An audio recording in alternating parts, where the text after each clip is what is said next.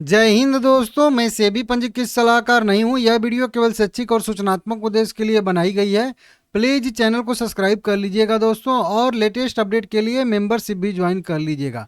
आज बात करने वाले हैं वेदांता के बारे में। जी हाँ, वेदांता का मर्जर होने वाला, सॉरी डिमर्जर होने वाला है। डिमर्जर को अप्रूवल पहले से ही मिल चुका है। अनिल अग्रवाल का एक बयान निकल के सामने आ रहा है रिकॉर्ड डेट को लेकर, और उसी पे हम लोग यहाँ पे बात करने वाले हैं। देखिए, जब से डिमर्जर को अप्रूवल मिला है एनसीएलटी से, तब से कयास लगाए जा रहे हैं कि इस महीने में रिकॉर्ड डेट आएगा, उस महीने में आएगा, उस महीने में आएगा। जितनी भी थोड़ी सी रेगुलेशन वाली बाधाएं थी, नियम कानून के मंजूरियां लेनी थी, वो सारी की सारी ले चुके हैं। ठीक है ना। अब केवल रिकॉर्ड डेट का इंतजार है। मतलब अब फाइनल स्टेज में जो है डिमर्जर इनका पहुंच चुका है। देखिए, करेंट प्राइस अभी बात करेंगे हम लोग इसका, तो लगभग 690 रुपये की ट्रेड कर रहा है। 4% की यहाँ पे गिरावट देखने के लिए मिल रही है, और लगभग 2,70,000 करोड़ के मार्केट कैप वाली यह कंपनी है। अब देखिए, जैसा कि आप लोगों को सबको पता है कि पहले यह कंपनी 6 भाग में बंटने वाली थी। मतलब एक तो वेदांता के वेदांता रहेगी, बाकी 5 अलग कंपनियां और बनने वाली थी। मतलब टोटल 6 भाग में यहाँ पे डिवाइड होने वाली थी। लेकिन उसके बाद बात करेंगे तो मतलब 5 कंपनियों को ही मंजूरी मिली। ठीक है ना। मतलब वेदांता जो है यहाँ पे 5 भाग में यहाँ पे टूटेगी। 4 अलग अलग यहाँ पे कंपनियां बनने वाली हैं, जो कि यहाँ पे ये बेस मेटल का जो कारोबार है वो वेदांता में ही रहने वाला है। एक एल्युमिनियम बनेगी, एक ऑयल एंड गैस स्टील वाली कंपनी बनेगी, और एक पावर वाली, और एक मूल वेदांता तो रहेगी ही रहेगी। ठीक है ना। अब इसमें अगर सबसे ज़्यादा अगर एबिटा की बात करेंगे हम लोग यहाँ पे, तो वेदांता से आता है, और उसके बाद एल्युमिनियम, उसके बाद जो है 22% के आसपास ऑयल एंड गैस से आता है, 16% एल्युमिनियम से आता है, बेस मेटल का 5% रहेगा, और स्टेनलेस स्टील का 4%, और सबसे कम पावर का इनका बिजनेस है 3%, जो कि वेदांता पावर नाम से कंपनी यहाँ पे बनने वाली है। ठीक है ना। वहीं पे अगर हम लोग देखेंगे इस तरीके से रेवेन्यू के हिसाब से, तो रेवेन्यू सबसे ज़्यादा वेदांता एल्युमिनियम जो है वो मतलब करती है। उसके बाद वेदांता का जो है मेन आता है। उसके बाद बेस मेटल 2200 करोड़, और ऑयल एंड गैस। मतलब इस तरीके से ये जो है क्रम है कुल कंपनियों का। मतलब कि कौन बड़ी कंपनी है, कौन छोटी कंपनी है, इस तरीके से। ठीक है ना। अब यहाँ पे भी ये चीज दिखाता है कि एल्युमिनियम ज्यादा बिजनेस करता है, लेकिन 3,200 करोड़ रुपए का ही नेट प्रॉफिट होता है। लेकिन वेदांता में जिंक की हिस्सेदारी जो है 60% है। उसके वजह से लगभग 14,000 करोड़ रुपए का नेट प्रॉफिट आता है वेदांता से। ठीक है ना। जिंक की हिस्सेदारी रहने की वजह से। ठीक है ना।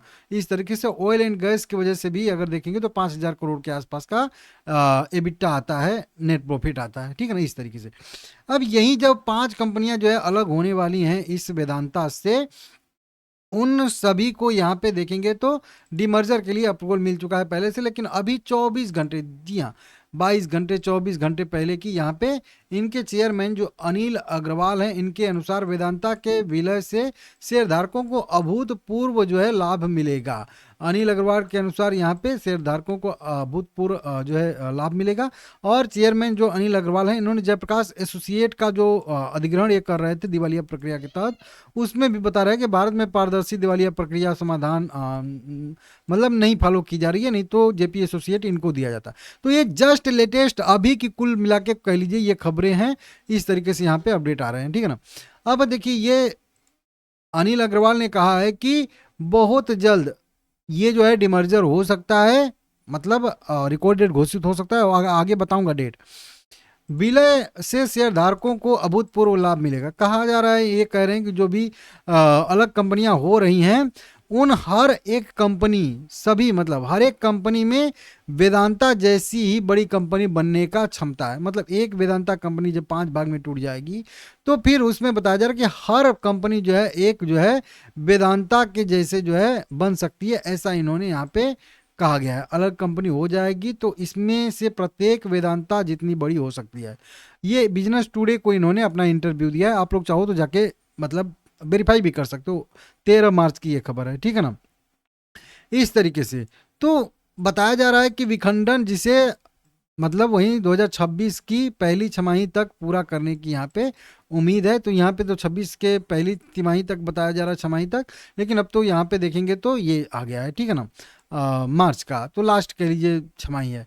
लेकिन अब यहाँ पे अगर हम लोग देखेंगे 13 मार्च 2026 की खबर है, तो बताया जा रहा है वेदांता के विलय को मंजूरी मार्च 2026 तक पूरा होने का लक्ष्य है। जो कि मार्च का भी चल रहा है, 14 तारीख आज है, 14 मार्च 2026 है। और मार्च उसका अगर लास्ट देखेंगे तो अभी मान के चलिए कि 15 दिन का कह लीजिए और टाइम यहाँ पे देखने के लिए मिल रहा है। तो मार्च अंत तक 2026 तक अगर ये पूरा होने की संभावना है तो इसका मतलब है कि बस रिकॉर्ड डेट हम लोगों से 15 दिन और दूर है। मतलब इसी 15 दिन के अंदर अंदर रिकॉर्ड डेट इसका अनाउंस भी हो सकता है और हो सकता है एक आध हफ्ते आगे का रिकॉर्ड डेट तय किया जाएगा। तो इस तरीके से यहाँ पे हो जाएगा। वेदांता का डिमर्जर अंतिम यहाँ पे अंतिम कार्यान्वयन चरण में है और प्रबंधन का लक्ष्य है कि मार्च 2026 के अंत तक इसको पूरा कर लिया जाए। जितनी भी एनसीएलटी से मंजूरियां लेनी थी सारी की सारी ले चुकी हैं, बस केवल अब बस वही है रिकॉर्ड डेट आना बाकी है। ठीक है ना। 31 मार्च की समय सीमा निर्धारित की गई है डिमर्जर का लक्ष्य पूरा करने के लिए। और ये जो है चेयरमैन अनिल अग्रवाल ने हाल ही में 13 मार्च 2026 को जो बताया था अभी बिजनेस टुडे को जो इंटरव्यू दिए थे उसी में उन्होंने कहा है कि मार्च तक हमारा जो है लक्ष्य है। ठीक है ना। दिसंबर 2025 में ही मंजूरी मिल चुकी है। जितने भी एक शेयर हैं आपके पास वेदांता के, जितनी भी कंपनियां बनेगी सभी कंपनियों के एक एक शेयर मिलेंगे। अगर वेदांता के आपके पास 100 शेयर हैं तो जितनी भी कंपनियां डिमर्ज होंगी हर एक कंपनी का मतलब 100 शेयर आपको मिलेगा। सभी 100 मतलब शेयर मिलेगा कंपनियों के। तो ये इसका जो है रेशियो यहाँ पे बताया जा रहा है। अब देखिए मैं आपको बता दूं यहाँ पे कि देखिए डिमर्जर जब भी किसी बड़ी कंपनी में होता है ना भाई, जब भी किसी बड़ी कंपनी में डिमर्जर होता है तो मैं आप लोगों को ये बता दूं कि क्वार्टरली बेसिस पे एंड होने पे ही उनका बिजनेस अलग किया जाता है। क्यों? क्योंकि बिजनेस जब अलग होता है तो क्वार्टरली रिजल्ट जैसे हम लोग देखते हैं ना कि पहले आता है मतलब जून वाला, सितंबर वाला, दिसंबर वाला और चौथा क्वार्टर का रिजल्ट आता है मार्च तक का। और मार्च वाला क्वार्टर साल दर साल बेसिस पे भी एकदम क्लियर हो जाता है। तो इससे क्या होता है कि अब एक फाइनेंशियल ईयर एकदम सारी कंपनियों का अलग ही रहेगा। मतलब अगर मान लेते हैं चार ये मार्च से कंपनियों का डिमर्जर अगर एकदम सेपरेट दूसरी कंपनियां बन जाती हैं तो अब 1 अप्रैल जो फाइनेंशियल ईयर की शुरुआत होता है ना 1 अप्रैल से, तो 1 अप्रैल से सारी कंपनियां अपना एक तरीके से मतलब जो भी बैलेंस शीट है वो मेंटेन करेंगी। तो ये होता है डिमर्जर। मतलब एकदम जब या इससे भी होता है कभी कभी जून वाले, कभी सितंबर वाले, कभी दिसंबर वाले से ऐसे होता है। मतलब क्वार्टर का जब एंड होता है ना वहीं से डिमर्जर लागू होता है। अब देखिए डिमर्जर लागू होना और रिकॉर्ड डेट होना ये दो चीज़ें होती हैं। पहली चीज़ होती है कि डिमर्जर जिस दिन से लागू होगा मतलब जिस दिन से दोनों कंपनियां अलग अलग कारोबार करना शुरू कर देती हैं। और एक होता है दूसरा होता है रिकॉर्ड डेट, जिस दिन से उनका शेयर अलग होता है। तो एक दिन ऐसा होता है जिस दिन से उन सबका बिजनेस अलग होता है और एक दिन ऐसा होता है जिस दिन से उन लोगों का शेयर अलग होता है। जो अभी ये बता रहा था ना आप लोगों को शेयर का प्राइस 2.5 लाख करोड़ के मार्केट कैपिटल वो अलग। तो पहले जब डिमर्जर जब जिस दिन से लागू होता है ना वो होता है वही फाइनेंशियल ईयर के हिसाब से या कोई क्वार्टर एंड हो रहा है उसके हिसाब से। तो जैसे मार्च खत्म होगा तो 1 अप्रैल से इनका डिमर्जर लागू हो जाएगा। मतलब 1 अप्रैल से सारी कंपनियां अलग अलग काम करना अपना शुरू कर देंगी अलग अलग मैनेजमेंट के द्वारा।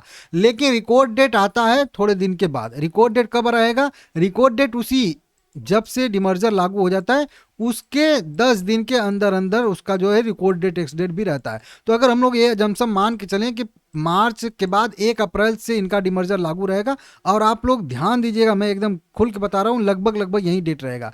तो 1 अप्रैल से इनका डिमर्जर लागू रहेगा और मेरे हिसाब से 10 अप्रैल के आसपास इसका जो है वो रिकॉर्ड डेट रहेगा और उसी दिन एडजस्टमेंट होगा और सारी कंपनियां जो है अलग अलग हो जाएंगी। हाँ एडजस्टमेंट के बाद अगर मान लेते हैं 10 अप्रैल रिकॉर्ड डेट रहता है तो डिमर्जर के बाद तुरंत आपको शेयर नहीं मिलता है। 2 महीने का टाइम लगता है लगभग जो भी कंपनियां डिमर्ज हुई हैं उनका शेयर प्राप्त करने में भी। मतलब वो 2 महीने के बाद आपको शेयर मिलता है। जैसे कि 10 अप्रैल मान के चले हम लोग अपना कि 10 अप्रैल इसका अगर रिकॉर्ड डेट एक्स डेट रहेगा 10 अप्रैल के बाद 10 मई 10 जून तो फिर 10 जून के आसपास कहीं आपको जो है यहाँ पे शेयर मिलेंगे जो डिमर्ज हुई कंपनी है। तो 2 महीना आपको रिकॉर्ड डेट के बाद भी इंतजार करना पड़ता है। ये मेरा एक्सपीरियंस करता है और आप लोगों को ये 10 दिन के बाद सब कुछ स्वतः ही समझ में आ जाएगा जब रिकॉर्ड डेट आएगा। ठीक है ना। वीडियो पसंद आया लाइक करिएगा, चैनल को सब्सक्राइब करिएगा सभी लोग।